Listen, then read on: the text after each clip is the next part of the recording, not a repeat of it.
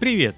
Так уж случилось, что в моих обзорах довольно редко можно услышать слово «идеально» в отношении каких-либо беспроводных наушников, но сегодняшняя новинка Realme Buds Air второго поколения без преувеличения практически таковой и является. За свои 40 баксов я так и не нашел в этих наушниках ни одного серьезного изъяна. Конечно, нюансы есть всегда, но это все настолько незначительно и главное с легкостью нивелируется отличными показателями в целом, что конкретных минусов у этой модели по моему мнению нет. И здесь, наверное, единственное, что лично мне не особо понравилось, это слишком глянцевое покрытие кейса. Во всем остальном же наушники получились очень удобными и интересными. Ну и как всегда, в ближайшие несколько минут я расскажу тебе обо всем, что смог узнать об этой модели более подробно. Наушники Realme Buds Air 2 поставляются в коробке из плотного картона, выкрашенной классическим желтым цветом бренда с изображением самого устройства на лицевой стороне. Внутри все по классике: кейс с уложенными в него наушниками, комплект сменных амбушюр и кабель для зарядки USB-C. Помимо всего прочего, тут также имеется мультиязычное руководство пользователя и гарантийная карта. У меня версия международная в черном цвете, хотя по факту я бы его черным не назвал, и есть в нем какой-то оттенок темно-синего. Как я уже успел отметить в самом начале, кейс здесь супер глянцевый, отпечатки пальцев собирает на раз-два, но здесь надо отдать должное, качество самого пластика и покрытие очень хорошие. За время теста протирал я его огромное количество раз, причем любыми подручными средствами, и пока ни одной царапины на корпусе я не поставил. На правом боку корпуса располагается кнопка активации и сброса наушников до заводских настроек. Нажимается она мягко, без щелчков. Для сброса ее необходимо удерживать 10 секунд, а для первичной активации 3. На передней стороне по центру находится единственный статусный светодиод состояния, а в нижний торец корпуса встроен разъем Type-C. Петля крышки пластиковая и в нее встроен доводчик. Сама крышка открывается легко и закрывается с характерным приятным щелчком. В открытом состоянии имеется небольшой люфт, в закрытом все смыкается плотно. Габаритные размеры кейса по длине, ширине и высоте составляют 57 на 24 и на 60 мм соответственно. Вес с наушниками внутри получается 42 грамма, вес 33. Емкость встроенного аккумуляторного блока 400 мАч. Вообще, если честно, я не совсем понял, почему эти наушники назвали Buds Air 2, ведь как таковым продолжением первого поколения данная модель не является. Первые Air'ы были вкладышами, а здесь перед нами самые настоящие внутриканалки с ножками. И тем не менее, сами по себе наушники очень удобные. Камера с звуководом выполнена из матового пластика, что дает лучшее сцепление внутри ушного канала, а непосредственно ножка покрыта тем же глянцем, что и кейс. Смотрится все аккуратно, без изгибов и вычурных форм. Классический строгий дизайн, над которым явно очень постарались. По крайней мере, лично мне такой вид очень даже по душе. Светодиодов состояния на наушниках нет и мигать соответственно здесь нечему. Сенсорная область для управления функциями мультимедиа находится в верхней части внешней стороны ножки и имеет очень хороший отклик без ложных срабатываний. По жестам здесь доступны двойные и тройные этапы, а также комбинации на удержание сенсора. И вот на данном этапе в дело вступает фирменное приложение Realme Link, которое можно скачать из Google Play Market, либо по QR-коду из инструкции. Подойдет любой вариант. И здесь я бы хотел обратить твое внимание на одну очень важную особенность. Дело все в том, что при запуске приложения в первичных настройках необходимо выбрать регион Индия и получить проверочный код по SMS. Но проблема здесь как раз не в этом. Он приходит сразу и все активируется. Просто если изначально выбрать Россию, как это сделал я, то эта модель наушников в программе отображаться не будет. Возможно, на момент, когда ты смотришь это видео, все работает как надо, но в текущей ситуации алгоритм действий пока такой.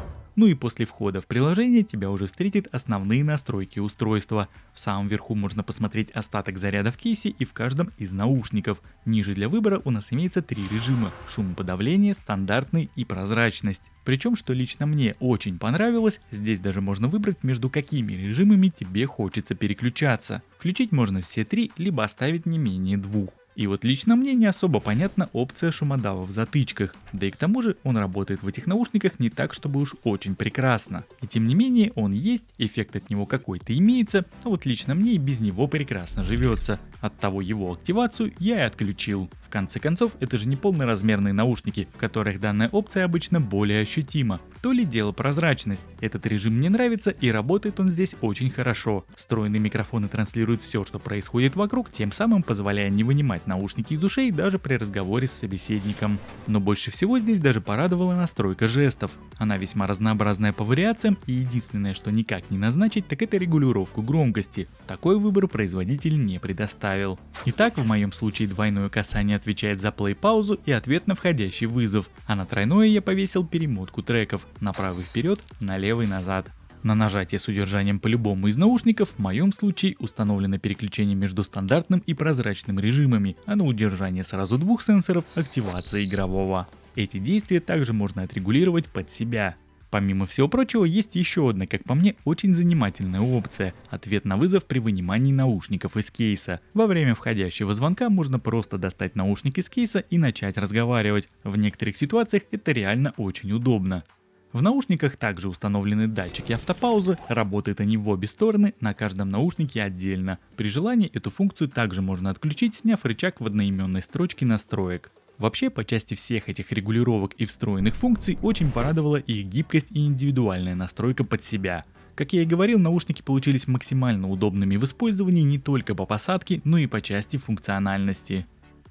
Что же до вышеупомянутого игрового режима, то он здесь не такой выдающийся, как может показаться из тех описаний. По крайней мере, по моим замерам, интервал задержки в Call of Duty Mobile составил 320-400 миллисекунд, в зависимости от применяемого оружия, что довольно схоже с интервалом в PUBG Mobile. Здесь он составил 280-320 миллисекунд. В целом, на слух в реальном времени это не так заметно, как по цифрам секундомера. Поиграть вполне себе реально, отставание на треть-четверть секунды – это вполне нормальный результат, учитывая, что я тестировал этот режим на смартфоне с Bluetooth 5.1, тогда как в самих наушниках установлен 5.2. Возможно, при идентичных версиях интерфейса, как в приемнике, так и в передатчике, этот результат получится намного лучше.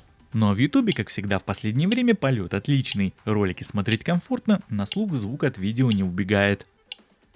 Что же касается непосредственно самого звучания, то оно здесь отличное, как и время работы на одном заряде. В моем тесте автономности на 100% громкости они отыграли без малого 5 часов и 18 минут. Результат превосходный, учитывая, что запас по громкости здесь есть. Наушники не тихие. При этом сам зарядный кейс имеет до кучи еще и функцию быстрой зарядки. Если по какой-то причине 5 часов на максималках тебе будет мало, то 10 минут нахождения наушников в кейсе подарит тебе еще как минимум час музыкального наслаждения. К слову сказать, в приложении есть специальная опция увеличения громкости, и вот с ней я как раз и проделывал свой тест автономности. В программе также доступно 3 быстрых рабочих пресета эквалайзера: Bass Boost Plus, динамический и четкий. Все распределено по частотам с уклоном в низкий, средний и высокий соответственно. Так что о любителях баса производитель здесь также позаботился. Режим Bass Boost реально рабочий, с его активацией звучание красится в более глубокие оттенки низких частот. Мне же лично понравился обычный стандартный динамический режим.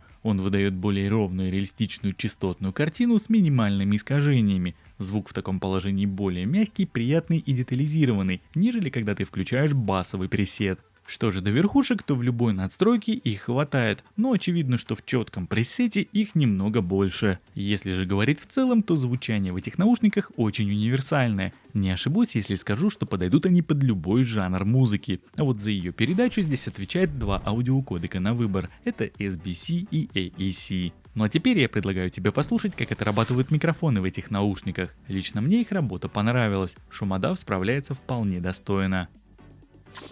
Проверяем работу микрофонов в наушниках Realme Buds Air второго поколения. Вот таким образом это все звучит в закрытой машине. Я уже приготовился открывать окна, уже их открыл. Создается максимум шума, там с двух сторон задувает ветер, создает такой эффект ветра, да? И мы слушаем, как отрабатывают шумодавы в этих наушниках, собственно, при таком сценарии использования. Ну и по традиции второй тест с печкой. Сейчас выкручиваю ее на максимум. Вот так вот у меня потихонечку она набирает обороты. Сейчас уже через 5 секунд будет в салоне максимум шума. И вот уже его сейчас я тебе включу, чтобы ты послушал, как здесь шум в салоне. И И сейчас мы слушаем, как отрабатывают шумодавы при таком сценарии использования, если ты, допустим, зимой будешь обогреваться печкой в машине на полную и разговаривать с кем-то по вот этим вот наушникам. Но вот так работают микрофоны в наушниках Realme Buds Air второго поколения, хотя, в принципе, я, наверное, таковыми бы их не назвал. Первые Buds Air были вкладышами, сейчас это внутриканалки. Я нахожусь сейчас на ВДНХ, и ты можешь слышать, как вот на такой вот тихой, спокойной улочке в парке работают микрофоны в этих наушниках. В принципе, ветер здесь есть.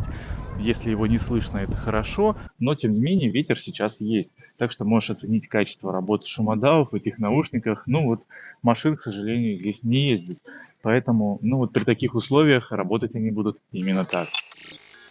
Подключение к смартфону происходит по открытию крышки кейса, причем, что характерно, всплывающие анимации наушники не выдают. Проверял на Realme 7 Pro. По-хорошему, самим производителем она и не заявлена, так что здесь без особых сюрпризов. Зато здесь есть функция Google Fast Pairing, но и без нее, признаться, наушники цепляются хорошо. Каждым из них можно пользоваться по отдельности, если один оставить в кейсе. По стабильности связи никаких проблем за время тестирования я не выявил. Ни дома, ни на улице, в общественных местах и местах большого скопления людей никаких обрывов соединений я не ловил. Помимо всего прочего, наушники имеют защиту от влаги по стандарту IPX5. Мыться, купаться в них, конечно же, нельзя, но вот дождик средней мощности выдержать должны. Ну и подводя некий итог, не стану скрывать, да думаю, это и так было понятно, наушники Realme Buds Air 2 мне очень понравились. За свой скромный ценник в 40-42 бакса они имеют на борту отличные характеристики, прекрасный звук и неплохие микрофоны. А огромное количество дополнительных опций практически не оставляют шансов конкурентам, в данном ценовом сегменте уж точно. Это прекрасный вариант для любого, кто хочет именно такой форм-фактор, затычек с ножкой. Наушники легкие, удобные и долгоиграющие. Отличный вариант гарнитуры на каждый день. Но разумеется, это лишь мое мнение, ведь в конечном итоге выбирать все же тебе. Я же со своей стороны постарался максимально подробно сегодня рассказать, что из себя представляют новые Realme Buds Air второго поколения. Спасибо тебе за просмотр, отдельно буду благодарен за лайк и комментарий, и увидимся с тобой уже в следующем моем видео. Пока-пока.